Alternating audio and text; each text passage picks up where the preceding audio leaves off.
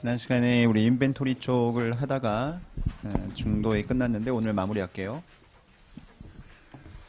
일단 우리 첫 번째 배웠던 게 재고의 정의를 배웠어요. 재고의 정의가 되려면 판매 목적상 보유하고 있는, 그리고 그게 정상적 영업활동과 관련성이 있어야 된다라고 배웠어요. 그러면서 재고의 종류에 제조회사의 경우에 이제 매뉴팩처링을 하는 회사의 경우는 재고의 종류가 raw material도 있고 work in process도 있고 그 다음에 finish goods도 있을 수 있죠. 반면에 우리가 이제 도소매업 같은 경우 리테일러나 아니면 홀세일러 같은 경우에 그 경우에는 물건을 사서 파는 이 머천다이스 상품이라는 재고가 있는 거죠. 우리가 특별한 말이 없으면은 도소매업을 가정한다라고 했었고요. 자, 그러면서 재고를 우리가 T 계정을 그려서 얘기를 했었는데, 자, 기초 재고 있습니다. 비긴 인벤토리. 그리고 그 재고를 purchase를 하죠. 이 두 개를 더한 금액을 뭐라 불렀냐면 이게 goods available for sale 금액이라고 불렀어요. 총 판매 가능한 재고죠.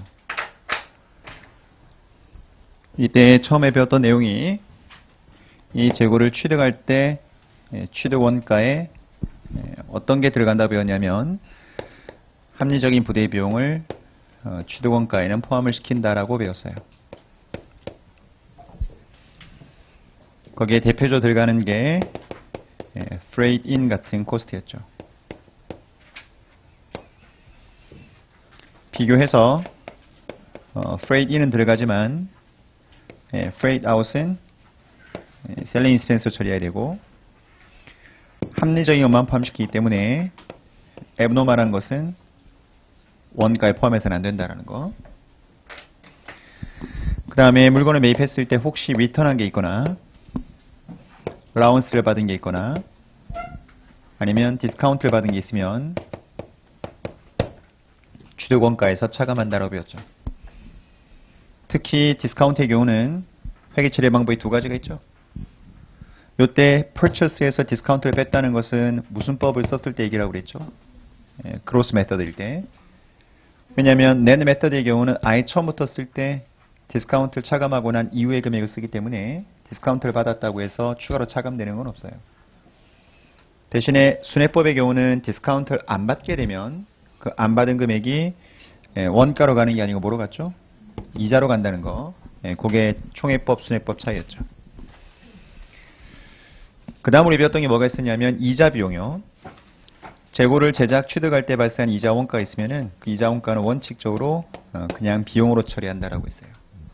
그 이유는 이 코스트 베네핏 개념 때문에 그렇게 한다고 했죠.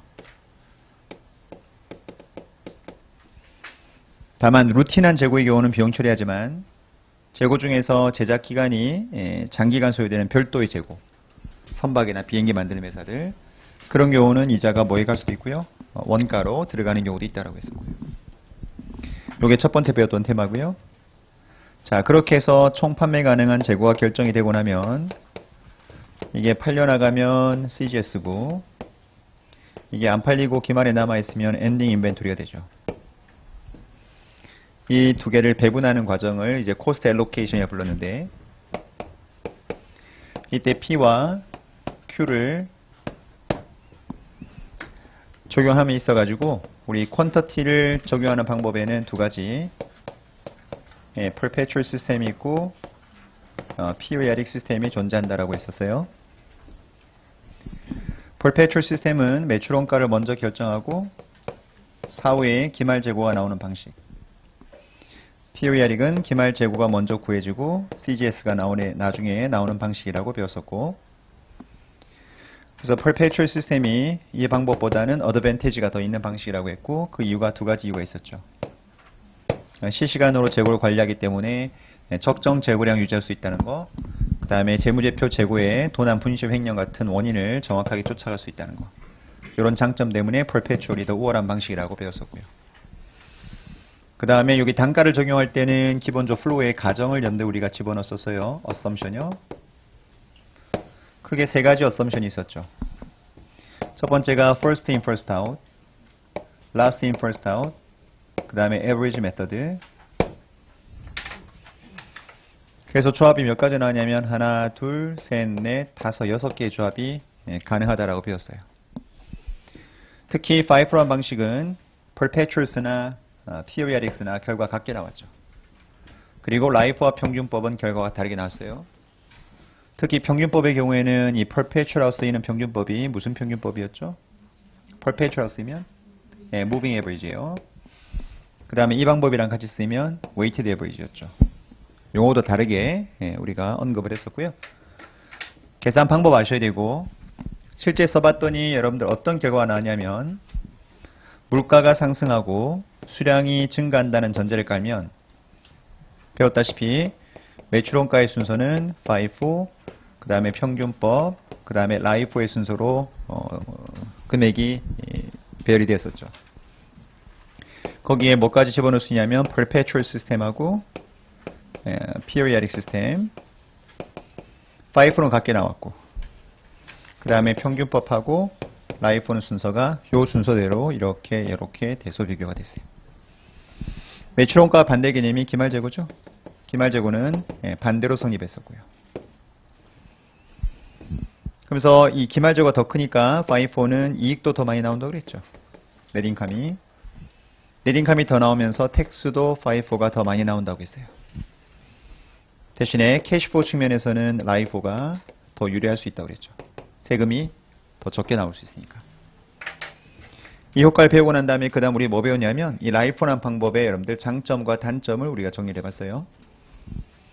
이 라이프란 방법에 여러분들 장단점이 있었는데 어드밴티지 장점은 여러분들 뭐가 장점이죠? 기본적으로 텍스에 베네핏이 있다는 게 장점. 세금을 이연시킬 수 있다는 거죠. 그리고 매출원가가 최근께 반영된다는 것도 장점이었어요. 그러니까 매칭이 잘 된다는 게 장점이었죠. 텍스 베네핏이 있으니까 캐시플로우 측면에서 훨씬 더 장점이 되고요. 반면에 단점은 재고가 최근 금액에 반영이 안 된다는 거. 그리고 여기에 단점 중에 또 중요한 단점이 뭐가 있었냐면 자기가 원하지 않게 라이프 뭐가 발생했죠? 리퀴데이션. 요게 발생하면 일시에 세금이 많이 나오는 그런 문제점이 생길 수도 있다고 했습니다. 그리고 재고 수량을 구매량을 조정해서 이익을 머니플레이션 할 수 있는 여지도 있다고 했죠. 요 단점 때문에 이 라이프란 방식이 IFRS는 인정을 하지 않는 것으로 되어 있다고 했습니다.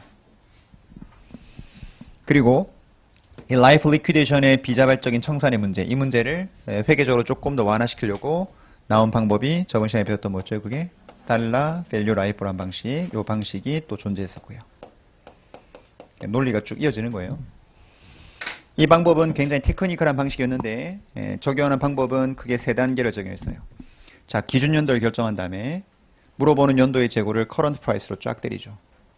그 다음에 기준 연도 물가로 뭐 하게 돼 있다? 나누죠. 그러면 그 사이에 증가된 재고층이 나왔다. 그죠? 그럼 증가된 재고층은 그 증가된 연도의 물가지수를 곱하면 금액이 나오는 논리가 이 방법 논리였어요. 이 방법은 세금을 최대한 미루겠다는 논리였어요. 그래서 대소 비교하게 되면 이 달러별 라이프는 순서가 라이프보다도 이익이 적게 나는 방식이다라고 말씀을 드렸고요. 그 다음에 우리가 추가로 배웠던 이 원가 배분의 방식에 또 뭐가 있었냐면은 그로스 프로핏 메서드 방식이 있었어요. 이 방식은 갭에서 허용하지 않는다라고 했습니다. 하지만 인정됐던 이유가 부득이한 경우에 과거의 마진율이 한 20%였다. 그럼 올해도 20% 가까이 되겠지. 그렇게 가정해서 원가를 배분하는 방식이었죠. 이 방식은 부득이하게 쓰는 거기 때문에 뭐 불이 났다라든지 홍수가 났다라든지 그런 캐주얼티가 발생했을 때 기말의 재고가 얼마 있었을까라고 에스티메이트 해볼 때 그때 쓰는 방식이 매출총 이율법이라고 말씀을 드렸던 것 같고요. 저번에 배웠던 게 요게 다예요. 3시간 동안 배웠던 게 요게 다예요. 요게 배웠던 내용 다 정리한 겁니다.